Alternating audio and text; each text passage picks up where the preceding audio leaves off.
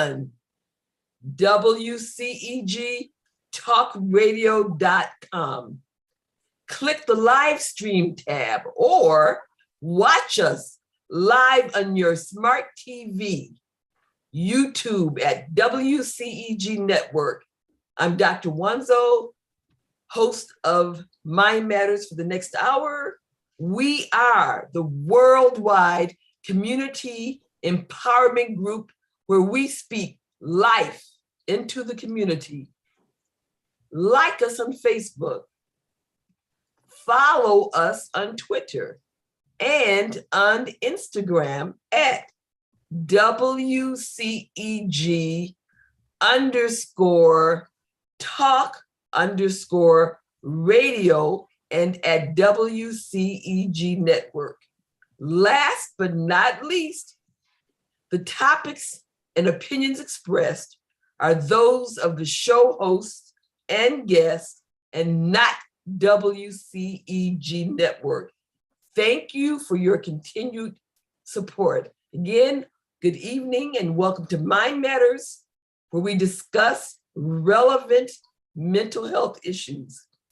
I'm your host, Dr. Cassandra Wanzo. I'm a practicing psychiatrist that I've been practicing in the Atlanta area for the past 30 years. Our co-host is Norman Carter Jr. Norman is a retired Philadelphia police corporal. He's written a book that's very relevant to our times. The book is entitled The Long Blue Walk, My Journey as a Philly Cop. It's available on Amazon for purchase. He also hosts his own show on WCEG entitled Issues and Answers on Mondays at 4 p.m. Hi, Norm. Hello there. How are you, Doc? Our special guest is Miss Shavett Athouris. She's a registered nurse for over 20 years. She has served as an RN case manager at various hospitals and clinics. She's provided psychiatric rehabilitation treatment on assertive community treatment teams and has worked as the director of nursing for well-known agencies. She was a nursing professor for 5 years at a university in Atlanta, Georgia. She's always been compassionate with a caring heart, which led to her volunteering thousands of community hours at homeless shelters to enrich the lives of homeless women, men, and children. She's the marketing director with Surge 365 Travel Company. She's the CEO of Pyramia, which are all natural products that provide a safe alternative to alcohol-based sanitizers. She's the administrative director for a nonprofit where they help develop and mentor youth. You can visit the website, www.theosmovement.org. Welcome, Shavett. Welcome. Thank you for having me. Thank you. Our topic this evening is the slap heard round the world, a mental health perspective. Let me repeat, the slap heard round the world, a mental health perspective. Unless you've been hiding under a rock, no pun intended, you are familiar with Will Smith slapping Chris Rock on live TV during the Oscars in response to a joke Chris told about Jada and her shaved head. I couldn't believe what I was seeing when I was watching it.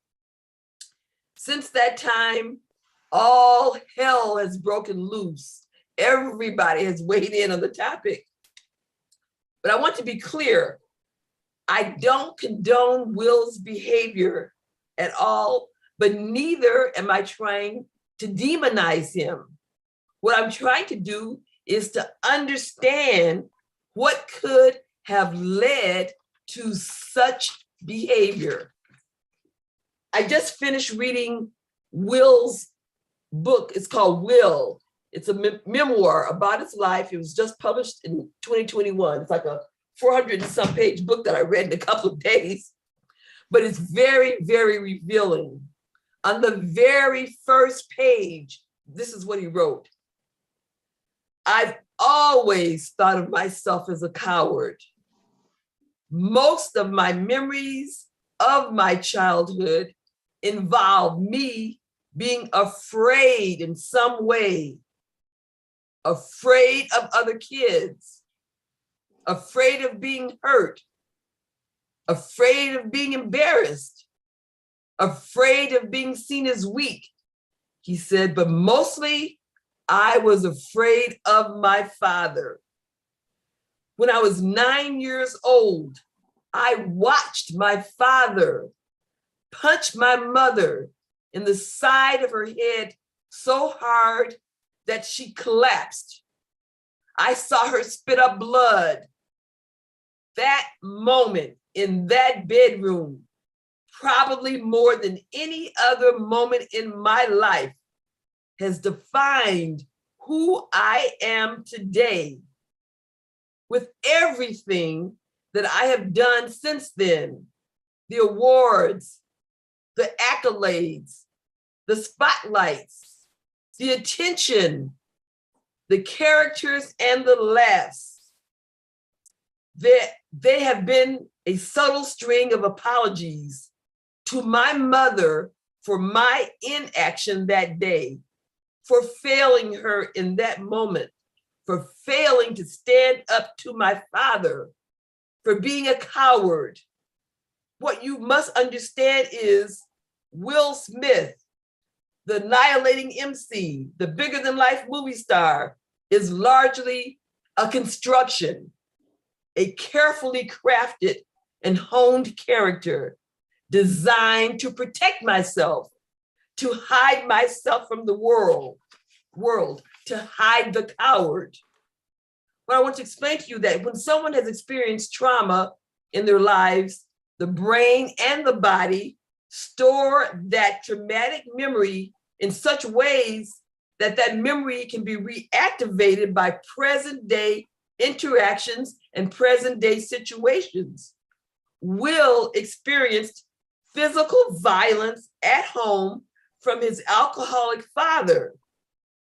The combination of Rock's joke aimed at Jada, along with the look on her face, which signaled to Will that she was upset and distressed, that triggered that earlier memory when he was 9 years old and unable to protect his mother, the woman he loved. What we witnessed at the Oscars was that 9-year-old traumatized little boy who reacted in the way that that boy wanted to react back then. And before I end, I just wanted to mention something about Chris Rock's background. Chris Rock was bullied as a child for his size and color. He attended an all-white school. He was subjected to racial slurs. He was beaten by bullies, and he has admitted sexually assaulted. He decided to get back at one of the bullies. So he put a brick in a backpack and smacked the kid in the face, stomped on the kid, and they thought the kid was going to die. Ever since that time, he's been afraid to express his anger. He's been afraid of his anger. He's been in therapy for low self-esteem issues. He's admitted that he feels unworthy. He feels unworthy of love and attention. He tends to bend backwards to please others, and he lets people walk all over him. Sources have said that he's fighting public humiliation and shame since the incident, and he's basically said he's still processing the incident. Also, as an adult, he's been diagnosed with a nonverbal learning disorder, which means that he has challenges interpreting nonverbal signals in social situations. So you got two grown men who are traumatized children who are dealing with these issues now as an adult. Any thoughts, reactions. What a tangled web. Yes. Well, we talked about for the last couple of weeks about, so many of us in the world being traumatized as children, and almost, growing up, being stuck within that time, within that era, and having what we call arrested development. So as we grow older and as we develop into young men and young women, when we say arrested development, we mean back where that trauma happened. We're almost stuck within that time. That's the only way that I know how to put it. So what we witness, as you're stating, Dr. Wanzo, is not just him being upset that day by that one incident. That was years of stored trauma and anger from not just that, but so many other things. Yes. And it just almost just blew up at one time. Exactly. And over the years, if we try to tell people it's okay to go to therapy, it's okay to go to counseling, it's okay to talk to someone else outside of yourself to help you deal with your past, deal with trauma, and be able to move forward in your life. And oftentimes when we don't deal with it, whatever that issue is, we see it later on in life at some point. And for Will, this was that some point that everything just came to a head and we saw it. Exactly. I know now, I believe what's being said is that he's seeking help now. Yes. He went into rehab yesterday. Right. But had that started years ago or months ago, it could have prevented what we saw. It could have prevented the explosion. Now, in his book, he talks about being in therapy, but when I read the kind of therapy, I don't know where he got this therapist from, because she was encouraging him to fantasize about having a harem and want to know who would he have in his harem. And he mentioned Halle Berry, and I forgot who else, but whatever this therapist, she seems kind of loose to me. And then he used that ayahuasca, some kind of hallucinogenic experience, and he did that 14 times when you trip. I mean, the kind of therapy he had wasn't really conventional therapy. He needs real conventional therapy, not the correct type of therapy, the right type of therapy, not this kind of stuff that this woman. She sounded kind of borderline-ish herself in terms of it wasn't real therapy that he was in this therapy with this woman. I don't know what her credentials are, but it was kind of like this Hollywood kind of stuff that he was, doing. That kind of therapy, not real traditional therapy, which is really what he needs. Right, exactly. I think you see, traumas. Go ahead. I think I see a little bit of evil afoot here, and my analogy is Eve in the Garden of Eden, where it's okay to eat that, or it's okay to do that because it's okay with me. In that same vein, he's confessed in this book about his trauma or his fear of being a coward. I am sure he has communicated that to his wife. So now you have the wife sitting there feeling that she's been insulted, and she gives him that look, which basically means, you're going to take that? Exactly. And that's the match. That's the match to the gasoline. And he's on automatic after that. Yeah. And Dr. Wanzo, you said it best. What was the trigger for Will Smith was him remembering back to the time to where he felt like he was not able to stand up to his father to protect his mother. Exactly. So now at his, in his older years, this triggered him, and now he wants to go all the way back and really say, okay, I can stand up to protect the woman that I love. So that was just him going back to that arrested development. Exactly. And doing what he wanted to do back then. Right. Absolutely. That's exactly it. That's exactly what he was doing. And then you got Chris, who was traumatized and bullied And the one time he gets angry, he almost kills somebody. So now he's afraid to express anger and just takes on with anybody. So you got both of them playing out this little scenario based on their traumatic, both histories, both grown men with their traumatic histories. Right, exactly. Yeah. And sadly, on world televised TV, which reinforced, I saw a lot of the responses on social media that actually reinforced this Black people assaulting Black people and saying it's no big thing. It's no big thing. Black people assaulting Black people over words, and we know that not hundreds, but thousands of us die each year for these little things where somebody says something and, oh, I'm insulted, so I'm going to kill you. Exactly. And then so you have dead people and you have people in jail, and you have people who are saying, hey, this is the way it's supposed to be.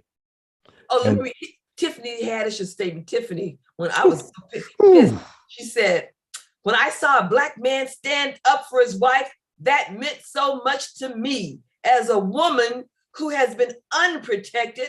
For someone to say, keep my wife's name out your mouth, leave my wife alone. That's what your husband's supposed to do, right? Protect you. That meant the world to me. And maybe the world might not like how it went down, but for me, it was the most beautiful thing I've seen in the world, because it made me see there's still men out there that love and care for their women. Oh, that pissed me off when she said that. Maybe she was trying to slap I actually Common. was watching when she said that. Oh, you did? I think she was trying to verbally slap Common because their relationship is over. And, you know, if that's her mentality. That's her mentality, yeah. Yeah, I mean, I can see why he dropped her. Exactly. Yeah, but you know what's really amazing? Because I listen on Clubhouse, watched on Facebook just to see the responses. And the majority of the young women, and I had a little back and forth with somebody on Facebook about it, they support what he did, and they support what Tiffany Haddish said, because it said, yeah, we have not been protected as Black women. So finally, we have somebody who's here to protect us by any means necessary, and on. A lot of young women feel that way. I was really surprised. Well, the thing is, too, it's a level of maturity, because there's a time and a place for everything. And he just didn't think about the timing or the place. He didn't think about where he was. He didn't think about the world watching. He didn't think about the Oscars. He totally went blind. And that trigger took him so far back that he forgot about where he was, the timing and the place. Exactly. So, yeah. So, you know, that's, you know, I hated it happen. And I know now he feels ashamed. And I know Jada as well. I've done a lot of reading on it. And they both, you know, Jada said she wished he had not done that. But again, you know, when we're triggered, we don't know, you know, we just explode, and then we react and think later. That's what happens. Well, supposedly Jada laughed after Chris got slapped. I suppose they showed her laughing. I saw the video. She was laughing, had her head back laughing. Yeah. So, and that's why I'm saying that we cannot become shackled by the words that they're saying right now, because a lot of this is public relations that's going on, because we already know that Will's career has been curtailed to something like 6 projects that have stopped right now because of this. Netflix, they've stepped away from Fast and Loose. Sony has slammed the brakes on Bad Boys 4. Apple Plus was supposed to have the slave drama Emancipation, and they're kind of backing up. Things are really, his career is really being affected so far. And I just wanted to make one point, because Mrs. Athouris brought up how I think it was she that brought up how these younger women are feeding into this and justifying it. And we failed to realize that we had a group, a generation that grew up believing that record Roughneck is what it's all about. and the way that this is the way that men are, considering, failing to remember that a lot of these roughnecks have killed their mates. They're in jail for one reason or another. And these roughnecks treat their women as objects and not as people that they love. And because you don't beat up on people that you love, you don't throw around people that you love, you talk to people that you love, you nurture people that you love. Exactly. And we've lost, and this is all part of the breakdown in homes and in families, where people don't have an idea of what a family structure is supposed to look like. Exactly. So when you talk about a family structure, when you look at the Smith family, there seems to be a lot of issues with things being loose and lack of boundaries and kids not knowing. They just seem very fluid in everything about them. They just don't have a sense of themselves. I think that comes apparently from the lack of structure, in their house, from what I can tell, Yeah, and we have a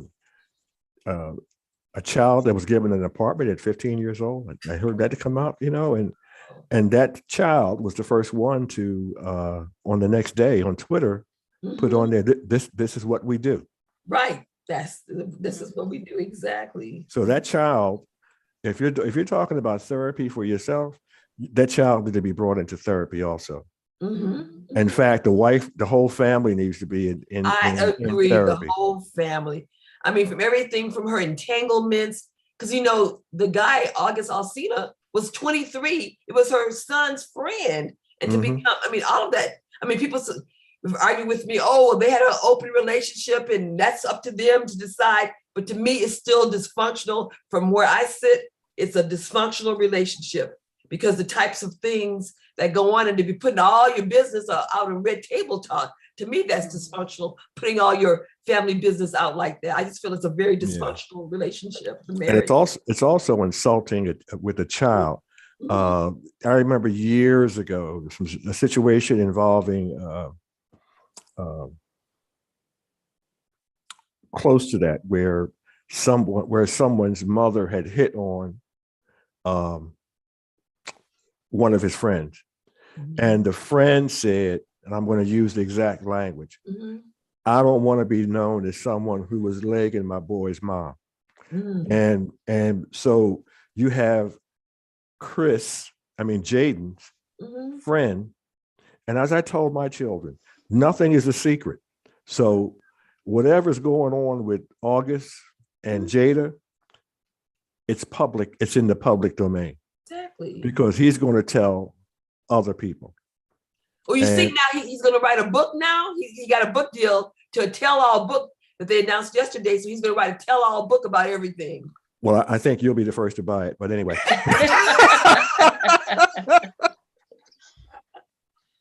Well, too. For medical reasons only. Yeah. One of the things too, us as parents, there's no perfect parent out there. But we have to also remember that our children are watching like everything that we do. And just like Will has it embedded in his brain, what his father did to his mother, what do you think his children are thinking and what's going to be embedded in their brain with him hitting this other person in front of the world, even though it's to protect their mom. But as they grow older, this is something that they're going to always be stuck in their brain. And when it's time for them to choose the road of reacting because I'm pissed off, or swallowing my pride and dealing with it later or behind closed doors, or taking that person behind the back and saying, hey, Chris, or hey, whoever, I didn't like what you said, not in front of the world, but how they're going to have to, decide how they're going to deal with something. And a lot of times that's based on how they see us as parents deal with things. Exactly. So poor Willa, she's going to have problems. I didn't realize until this event that Willow is named after Will and Jaden is named after Jada. Yeah. I hadn't realized that until this happened. That's how they were named.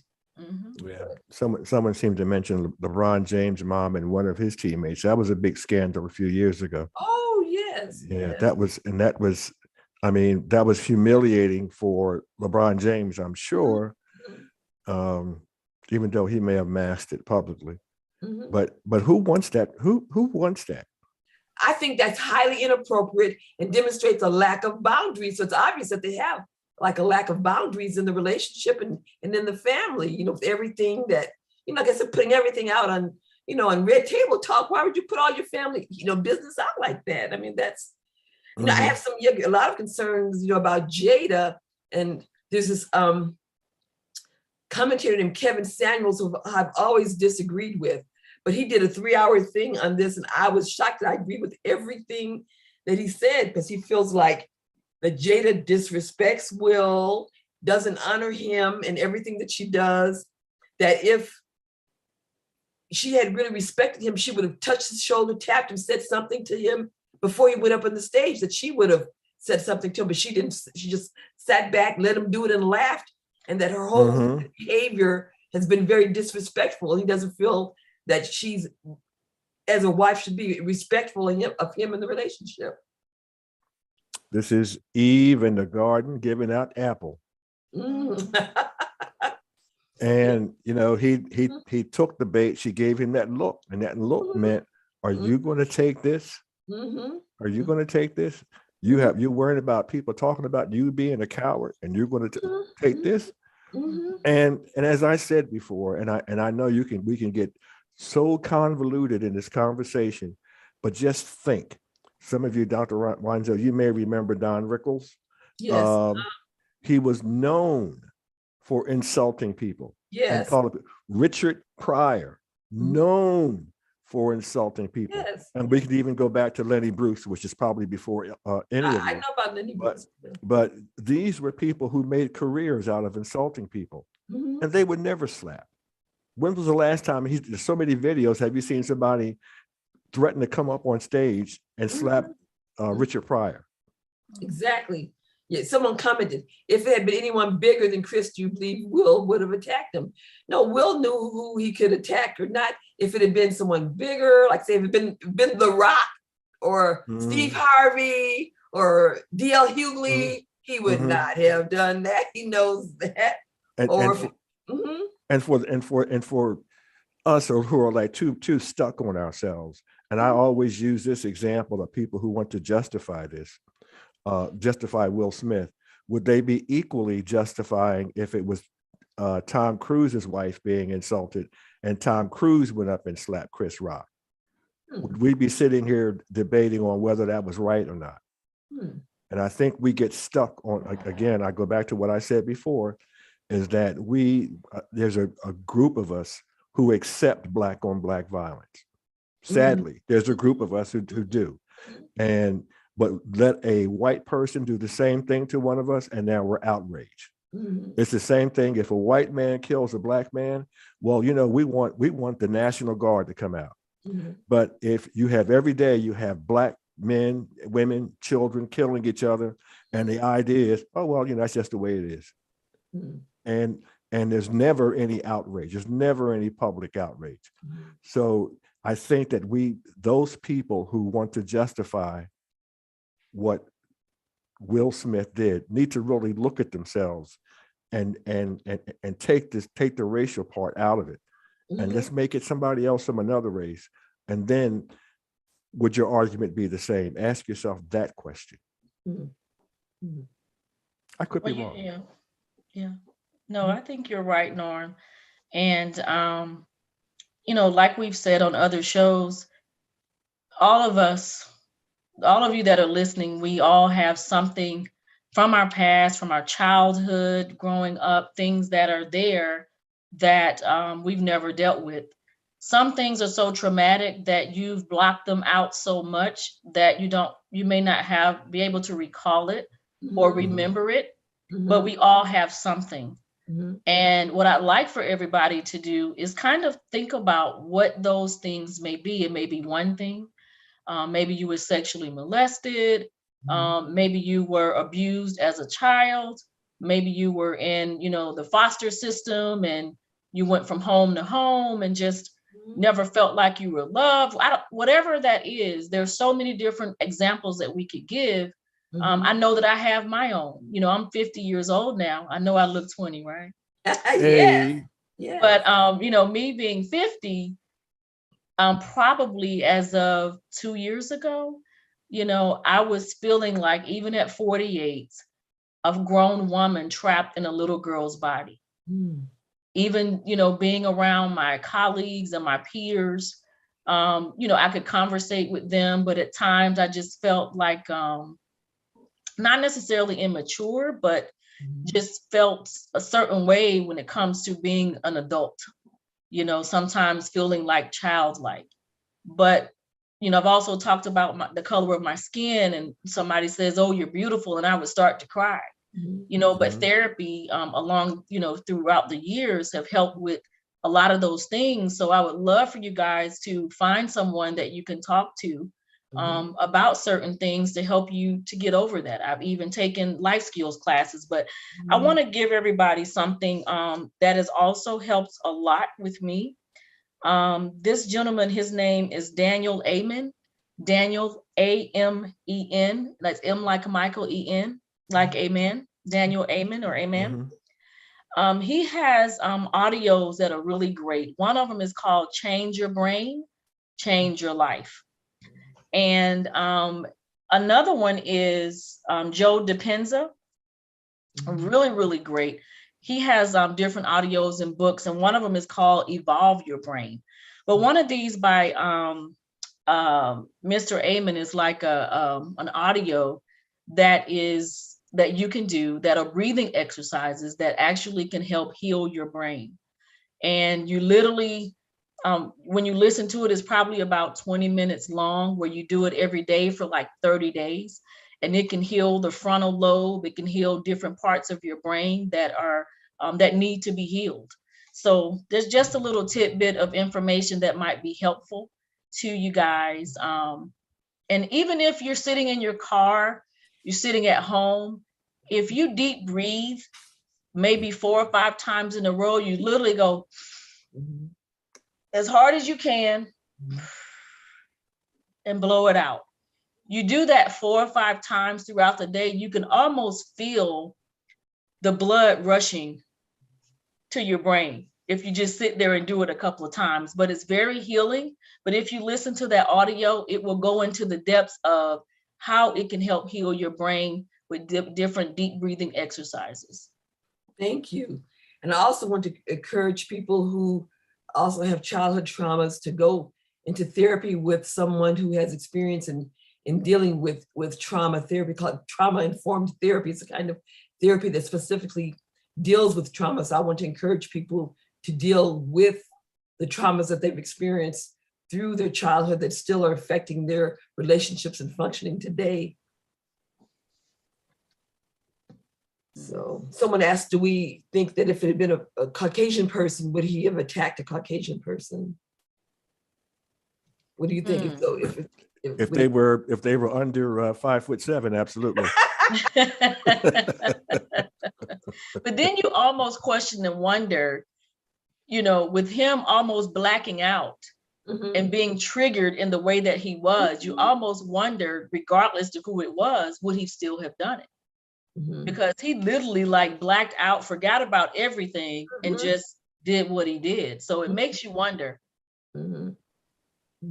But I know this. I think where it becomes questionable is when he sits back down. He has a few seconds, and he's still in that ultra aggressive, hyper aggressive mode, and said the F word. That's a problem. Yeah, that's your a name problem. out of my wife's name out of your, you know. Yeah. That twice. He yelled at yes. And you know, she's probably kicking him under the table, going, "Attaboy."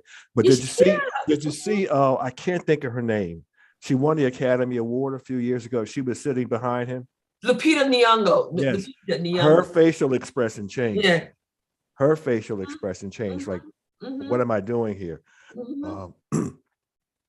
But you see, Will initially, did you see he laughed? He rolled his head back. He laughed at first. He laughed. Until he saw that look. Yes. He saw that look. She says, "This ain't funny." So Will said, "Okay, honey, watch this." he talks about in his book all throughout that he's always tried to please the woman, placate them, go overboard, because he's had a series of relationships where he felt like he had to do this. And I read, I mean, all these women that he was involved, I went several relationships where the women had sex with other men. So I don't, and I think Jada had alluded before to his lack of sexual prowess. So that's a big issue, you know, for him. I mean, from the very first relationship he had when he started going on the road touring, this beautiful young woman he had, and when he got back home, found out she cheated on him. I mean, it's like relationship after relationship, these women would be with other men. So I think he has some issues as far as his manhood, virility. And so he's got some, you know, issues. In fact, in terms of Tupac, that's why he was so insanely jealous of Tupac. He said he was so jealous that he couldn't be in the same room because he always felt that Tupac was more manly than him. And he always wished that he could be what Tupac was. He wished Jada would look at him like she did look at Tupac. And Jada had said that he was the love of her life. And then Willow, they posted this letter that Willow wrote when she was 11 saying, begging Tupac, wherever you are, you must be around someplace. Please come back so me and my mommy can be happy. So if that 11-year-old is writing that, I mean, who knows what she's saying about Tupac. Must have been some really loose conversations going on in the household. Exactly. Yes, you know, absolutely. She and Tupac went to high school together in Baltimore, the High School for the Arts. Mm-hmm. And also, I don't know if this is done, but when she was in high school, she was a drug dealer. Mm. Yeah, she was a drug dealer. So she's one of these she was a drug dealer in high school. Yeah, well, he didn't come from a sheltered background himself. I mean, he talks about growing up. He was the odd kid, the weirdo, the goofball. He wasn't, you know, hip or popular. So for him to try to be accepted, he became funny. He told jokes. He learned to entertain. But it became to the point, though, that he couldn't tell reality from fantasy. He said even to this day, he goes back between fantasy and reality very easily. And sometimes, like if he tells a story, people will ask Jada what really happened, because he elaborates and he still fantasizes. And as he said, people see him as a liar because it's hard for him to separate reality from fantasy. And he said to this day, it's easy for him to go back between fantasy and reality. And sometimes he doesn't know the difference. He says even to this day. Mm-hmm. Now, see, that book Mm-hmm. should have, someone reading that who was close to him should have said, okay, you need to get into therapy right now. Exactly. Exactly. You need to get into therapy because you wrote the book and supposedly it's from your heart. And then you figure, okay, that's it. I'm good. Mm-hmm. And then you go out and engage in these behaviors that probably could have been avoided Mm-hmm. if you weren't going to therapists that you probably paid a lot of money for, but you paid the therapist to say what you wanted to hear. Exactly. And then him pursuing women who really don't want him or want to be with him, but in paying them and taking care. And I think that may be kind of what's going on with Jada, because she admits, he talks about in the book, that she never wanted to marry him. The only reason they got married, she was pregnant. There was a lot of family pressure, but she never wanted to marry him.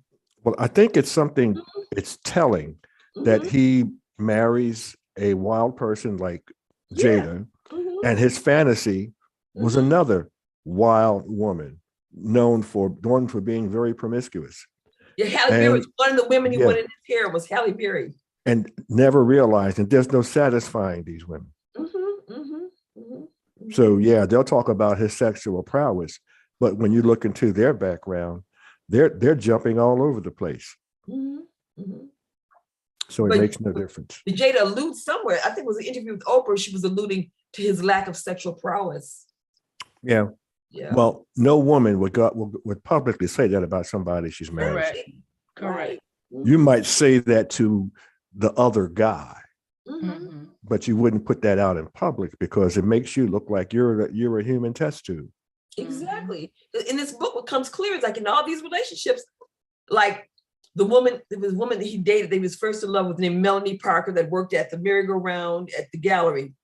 And she had all these other boyfriends, but then he bought this mansion on Marion Park, and so you can move into me with the mansion. So she dropped the other guy and moved with him in the mansion because he had this big mansion. So he's always pursuing and impressing women that don't want them, but they really want him more for his material things. And I think that sounds like that's been a pattern that he's had, that women that want to be with him for material things. And at the basis, he really doesn't feel like he, is a real man and has a lot to offer. So he has some issues, with his sense of self as a man.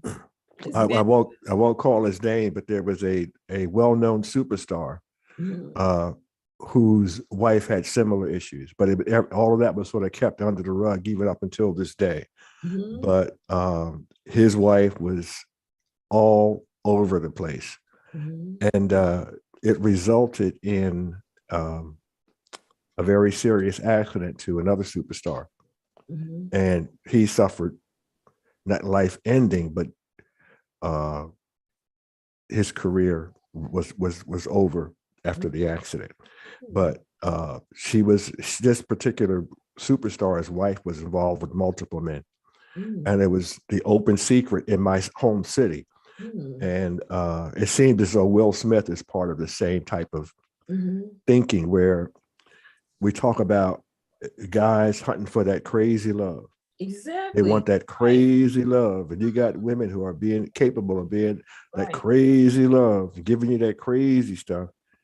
Right. But they're unstable. Right. He was still with his wife when he pursued Jada. So he was still married when he pursued Jada. Yeah.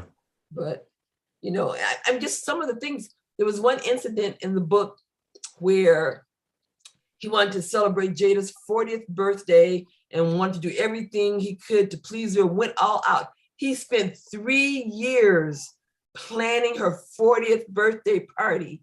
He even had a whole movie documentary about her family and her heritage and lineage. He had Mary J. Blige. He just went all out.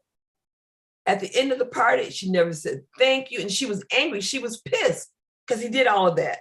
And so, that tells you a lot about her rather than pleasing. She was angry that he did all, that he went all out. And they got into a big argument and were fighting. And in fact, Willow overheard them and was crying because they were in the hotel. So she didn't show any thanks. In fact, she just lambasted him for, why did you do all this, and put him down for spending, 3 years planning a 40th birthday party. Never once did she acknowledge or thank him for it. So that tells me a lot about her. Yeah, no pleasing her. That's what I'm saying. Exactly. That's what I'm saying. So at the time of when she got involved with August Alsina, they were separated at that time, and so that's when she got involved. And he said that, I don't know why or what made him come back, but at the Red Table Talk, he said that he had given up. He said, "I'm done with your ass," is what he said. But then he took her back. So as Kevin Samuel says, he's a willing accomplice to his own downfall. Very well put. Wow. Yeah, very well put. Very well put. But again, a real cry out for therapy, especially now, because he's in a career crisis. Yes. Right now. And some people don't handle that well. And if he already has issues and you have this on top of it, that's not a good thing. He's not in a good place. No, and although I don't support what he's done, I realize that right now he's not in a good place. Exactly. Oh, in the book, he talks about 2 times that he was suicidal. The first time he was suicidal was, after the mother kept getting beat up, she left. She left the house and moved in with her mother. And then his younger brother, who was 3 years younger, stood up to the father, and the father knocked him aside. So this younger brother went to live with the mother too, but Will stayed in the house, and during that time, he, felt really depressed because abandoned by his mother because she left. And he actually became suicidal at that point. He thought about overdosing. He thought about cutting his wrist. He thought about lying on the train track, but he was very depressed and suicidal. So he turned more to his fantasy and unreal world and to TV and make-believe and all of that to deal with it. The question would be, why didn't he go with his mom? Exactly. Yeah, he stayed there with the abusive father. It's funny that I think about that, and I remember his first big hit was Parents Just Don't Understand. Yes, Yep. exactly. It sure was. Right. And he talks about the fact that, that people, described him, other rappers, as soft because he didn't, rap about hardcore gangster stuff. And they always said that he was the kind of rapper that white people could accept. But that's the kind of person he was. They saw him as soft because he wasn't, hardcore, but he, rapped about stuff like Parents Don't Understand and all the different songs that, he made. So he was perceived as being soft. But that soft guy was what the public wanted. And that's why he became who he became with the mentorship of his stand-in father, who would be Quincy Jones. Yes. If you remember, when he first got was signed up for Fresh Prince of Bel-Air, exactly. He drove to California or wherever with his friends, and he was arrested on the way. I don't know whether that's in the book. He talks about meeting Quincy. The only time he was arrested was about his record producer that got beat up in 1989. There was a thing, and he was in jail for that. Or no, this was different. Yeah, they were driving cross country, and I believe that there were drugs in the car, something like that. And somehow or other, Quincy bailed him out, and then Quincy began to mentor him, and to let him know what his future could be. If he, number one, he had to get rid of some of the friends that he had. Yeah, he talks about that in the book. Yeah. Okay. Yeah. Going to the big fancy party at his house in Beverly Hills or Bel Air, wherever it was, and meeting Benny Medina and all of that, and how he got the whole Fresh Prince thing. Yeah. So, wow. Yeah, not too nice. Well, there's a story online now. All this stuff is coming out because of the slap about how he treated the first mother in the series, Fresh Prince of Bel-Air. Her name is Hubert. Oh yeah, Janet Weir, yes. How it's like they weren't getting along. Yeah, he was responsible for her getting removed off the show. Exactly. But she stood up for him. She in all of this applauded what he did and stood up for him. She came out supporting what he did. Sad. Yeah. So what do you think about, so Denzel, Tyler Perry, and Bradley Cooper took him aside, and they, talked to him, and I guess Tyler and Denzel prayed for him. But there's something that Denzel said. Here's what Denzel's attributed to, like, well, when you're trying to go up, the devil comes for you. So he's basically saying that the devil made him do it. Well, I think the other part of that is, the devil may have influenced what he did, but as we all know, you invite the devil into your life. And there were other things going on with him that made his behavior acceptable in his head. And that all started back from childhood up through adulthood. And it all culminated right there. But they were talking to him after the fact, after the slap. And after that conversation where he could have merely manned up, he could have come out and given a public apology to Chris Rock, not to the Academy, to Chris Rock, a public apology, and taken the opportunity to explain alopecia to the world for the people who don't know what it's about. Now, alopecia is not the end all disease in the world. Trust me, but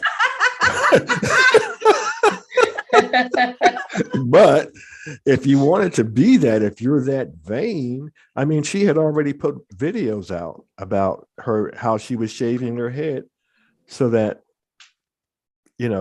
she was accepting of it. Exactly. So the G.I. Jane comment really wasn't that offensive. Exactly. It really wasn't that offensive. I agree. You laugh it off. I agree. That's a definite laugh off, unless you were upset about the other jokes that Chris told about her and Will Smith. In 2016-17, when they were boycotting the Oscars, those jokes. Yeah, but of course, I like Chris Rock's answer, which was Jada Pinkett not being invited to the Oscars is like him not being invited to Rihanna's panties. He wasn't invited. Yeah, you weren't invited. Yeah. Yes, that's what he said. So what's the big issue? You weren't invited. Exactly. So what are you complaining about? So let me tell you what a lot of these young women are saying about that. Oh no, the fact that he talked about her hair and you don't talk about Black women's hair, and that's something that's really sacred. And the fact that he talked about her hair, that was a real major insult, him talking about a Black woman's hair. That's what a lot of the young women are defending, how that was like a verbal assault, they said. With him saying that was a verbal assault. That's what these younger Black women are saying. Well, if it was a verbal assault, and I go back to this. I made a few notes that about justifying the violence when it's not necessary, but also when these ladies are saying this, they're demeaning themselves as either shallow or vulnerable, and we know that that's a stereotype that is so passé. She's not. Jada Pinkett is not shallow or vulnerable. She was a drug dealer. Yes, she was a drug dealer. She's a drug dealer. A drug dealer. What are you talking about? Yes. Well, I know one thing for sure. Comedians for decades have been known to be offensive in some of the things that they say about different people. You don't see what Will Smith did readily too often, but after that incident, I know many of them are probably going to think twice about what they say about various people. Yeah, but because Chris Rock has been known to be offensive with what he says about people. That's not the first time. But so is Richard Pryor. Yeah. So was Don Rickles, and I keep bringing up these assignments. I mean, these examples. This is abnormal behavior. I mean, suppose Black people that some of those white people that Richard Pryor insulted time after time after time and got mad and said, "I'm not taking this," and jumped up on the stage. Just suppose. It never happened. Why? Because this is abnormal behavior. And when you put yourself in certain positions, you expect that. You're on the front row of the Oscars. Yes. You don't hear Chris Rock making jokes about Norman Carter. Who am I? But the more famous you are, this is what happens. That you become the target of jokes and ridicule. Exactly. But it's seldom, if ever, disrespectful. They're usually doing caricatures of you or something that you said and making fun of something that you said. And she did look like Demi Moore in G.I. Jane. So let the joke roll off. And like Kevin Samuel said, it's not like she was just like some wife not in the public eye. He said Jada was in the public eye. She's an actress. She's in the public. When you're in the public eye, those are the kind of things that you deal with. So she wasn't just a wife. She was a public person in the public eye. So, and speaking of comedians, I mean, that when you go to a comedy show, you don't want to sit in the front row. I've done that before. And comedians, I mean, they'll say things about me when I've been in the front row. So never to go sit in the front row, at a comedy show. Oh, I went to a comedy show by Paul Mooney once in New York. Oh my, yes. Oh my God. Talking about, oh man, he talked about me too. I just laughed it off. But there was a group of white people at this one table who were heckling him. What did they do that for? He went off on them to the point they got up and left. That's what they did. Oh my goodness. Because he went off. Wow. He went off because they tried to heckle him, and he was merciless, and they just got up and left. Yeah, once you that's part of the skill that they have, including Chris Rock. And I think what made him look good is that this 6'2", maybe 180 pound, 190 pound guy comes over to him and winds up and slaps him in the face. And he looks back and says, hey, he just slapped the oot out of me. But he said, yeah. Yeah. So that's, to me, as a man, and you do that to somebody, that's saying, is that all you got? And part I was saying, as an adult, he was diagnosed with this nonverbal learning disorder that sometimes it's hard for him to interpret cues because he does have this nonverbal learning disability that he was diagnosed with as an adult. Chris Rock. Well, I would think that who would ever thought that somebody was going to come up on the stage and slap him? Right. He probably saw him come up and probably thought, okay, he's going to come up and say something slick and then leave. Exactly. But that's not what he did. Right. But like, Chris, since that happened, he's got a show in at the Fox in July. So the night of the Oscars, that show sold out. And they added another show. I went online just to see what the prices were.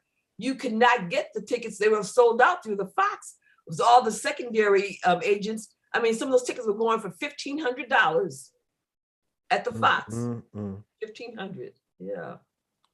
It's amazing. But I think it's all about people. A lot of it that's public support for Chris Rock.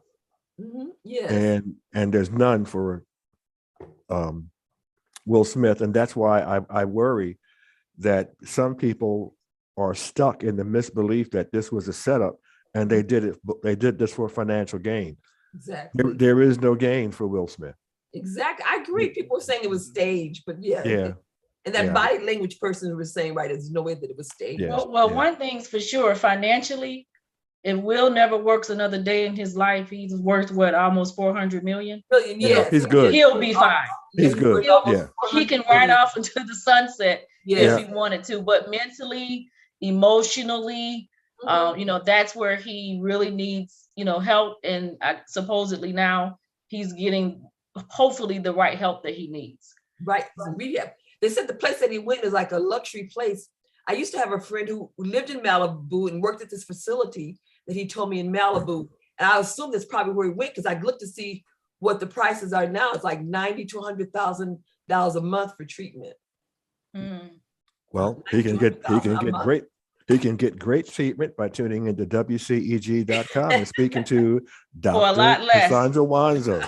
Yes, absolutely. But yeah, he definitely needs to get a hold of his childhood trauma and deal with that. Because I told you the stuff that this other therapist and all the stuff he was doing didn't sound like real therapy to me. And then, Dr. Wanzo, a lot of people right now are listening and they're making their comments about Will and what he did. But I'm telling you, for those of you listening, if you don't go and get help, just like Will is getting help right now, if you do it now, you can prevent a Will Smith moment. So many of you that are laughing right now and making your comments and talking about it, you're not realizing that you just may snap one day as well. That could be you. Yes. So think about what it is that traumatized you, what things that would help your life to get over, deal with, and move on and get over and move on. And let's see someone about that. Let's seek, the proper therapy, because otherwise, years down the line, you're gonna have that Will Smith moment when you're triggered. Exactly. Thank you. Absolutely. Perfect. I couldn't have said it better. Yes. And women, take note. You need to stay away from this deadly narrative of your men protecting you because of words or jokes. You need to have that understanding. If you think your man is like one of those kind of guys that just won't take this or take that, you need to tell him that, we can walk away from this and live and love another day. This is not the end of the world. Somebody saying something bad about me or saying something bad about you. We can walk away, and that does not in no way affect your manlyhood unless you are stuck in the dark ages or prehistoric times where the perception of an attack causes you to overreact to a situation. Exactly. But we have people who are stuck in that bag, and that's why we have this continuing sickness of violence in our communities, because we have people who are stuck in this, the slightest insult requires an overwhelming response. Exactly. So the sign of a true man is being able to master and manage your emotions. That's a sign of a true man, to be able to master your emotions, or anybody to be able to master your emotions. That's the adult response. Now, protecting your woman is if somebody comes at her physically, yeah, that's protecting your woman. You have a responsibility to stand up and protect her. But you know, I'm using Jada. I mean, okay, somebody could be up there and say, you know what, Jada's a whore. Okay, well, you know what she is.